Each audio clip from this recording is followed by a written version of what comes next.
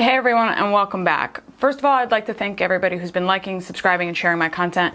You guys are the best, and I really do appreciate all the support and the love that I'm always getting. My usual disclaimer, I am not a financial advisor. All investments have inherent risk, and please always do your own research. If you're interested in supporting the channel, you can do that in two ways. Go to cryptocandor.com. I've got merch up there, t-shirts, fun stuff. And then also I have a Patreon account where I post all of the videos in podcast form so you guys can listen. I also post other stuff too.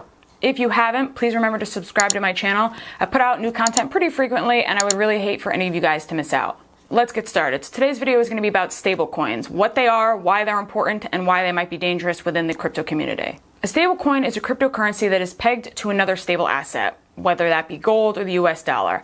It's a currency that's global but is not tied to a central bank and has low volatility. This allows for practical usage of using cryptocurrency, like using it to pay for goods or services on a daily basis.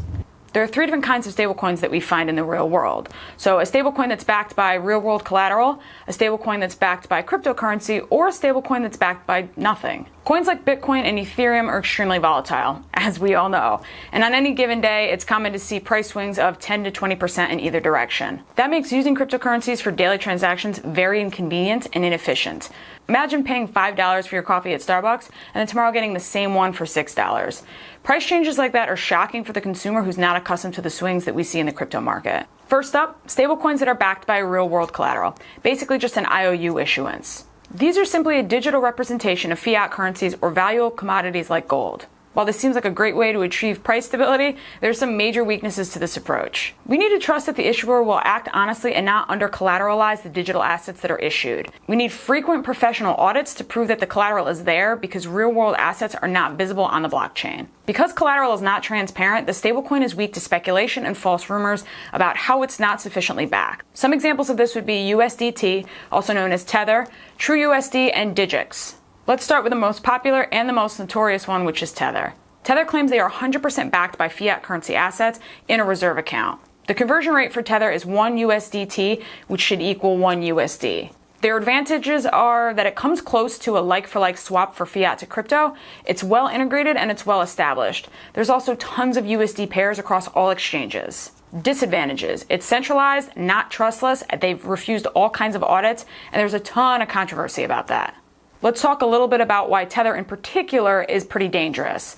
A lot of exchanges rely on Tether for their markets. Crypto-only exchanges like Binance or Huobi do not accept fiat, at least not yet. And these exchanges are a huge portion of the crypto markets, so they use Tether as an equivalent to USD. Just to give you an idea of how important the stability of Tether is for crypto, let's share a fun fact. At the time of me researching for this video, Tether is the second largest cryptocurrency by trading volume behind Bitcoin and just ahead of Ethereum. So basically, most exchange pairing is going to be against Bitcoin, Ethereum, or Tether. The big issue is that the folks behind Tether have not been transparent when asked whether or not they really do hold the equivalent of USD to Tethers in a bank account somewhere. They've continuously claimed that their tokens are backed 100% by actual dollars, yet they fail to present evidence supporting this claim. There have been audits. In fact, just a couple weeks ago, a private auditing firm audited Tether and said that they do hold almost the exact amount in their bank account. However, this was a legal firm, not an accounting firm that was hired by Tether, so there's definitely some conflict of interest there.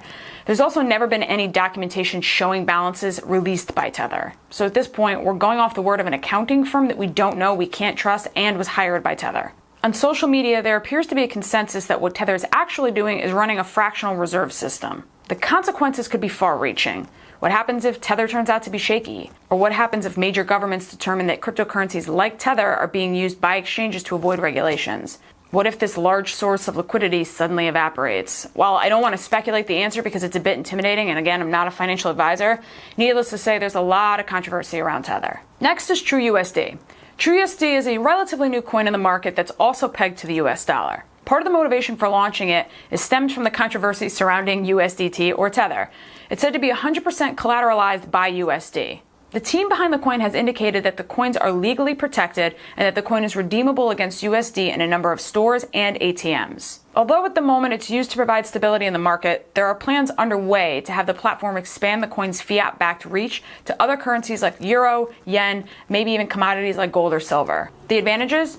It was born out of people growing tired of the controversy with Tether, and it's said to be more transparent. It could be a good Tether alternative. They also state that they will provide regular audit reports to the public and their escrow account holdings will always be public. Disadvantages. As far as I know, it's still centralized and it's not trustless. And who knows, maybe it ends up being just as bad as Tether in the future. The last one in this category is Digix. DGX is a token that is backed by gold. Digix has two tokens. The first is DGX. 1 DGX equals 1 gram of gold. If you own DGX, you can trade it to someone else to redeem the underlying gold through Digix Global. Digix Global is a certified gold dealer. Any DGX you own is backed by a corresponding amount of gold in Digix Vault in Singapore. Every time DGX is sent to another Ethereum address, you are charged a small fee, and this is revenue that the Digix DAO collects. DGD is the second token, and this is a governance token for Digix DAO. Holders will vote on proposals and receive rewards in DGX. DGD is an ERC20 token. Advantages. Another interesting take on a Tether alternative. There's also potential to add many assets backed to this Digix ecosystem. Digix Global has already hinted at the fact that silver will be next added. Disadvantages. The regulatory environment is unclear right now, and DGD particularly may need greater clarity because it's similar to a security. And it's still a solution that requires trust in a system. Next are collateral-backed on-the-chain coins.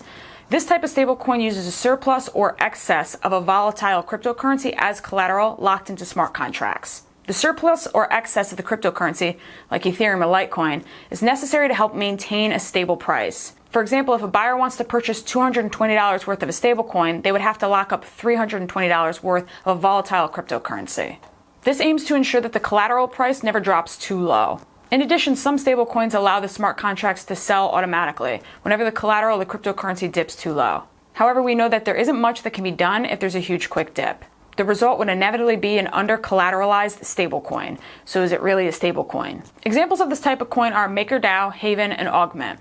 I'm only going to go over MakerDAO because I haven't heard much about the others, and honestly, they don't seem to be being used. DAI, or DAI, is the primary product of the MakerDAO project. The online Maker platform allows users to create new DAI by locking cryptocurrencies in their smart contracts as collateral used to back up the stability of the DAI. The Maker platform has many means available to keep the price of DAI stable. Advantages.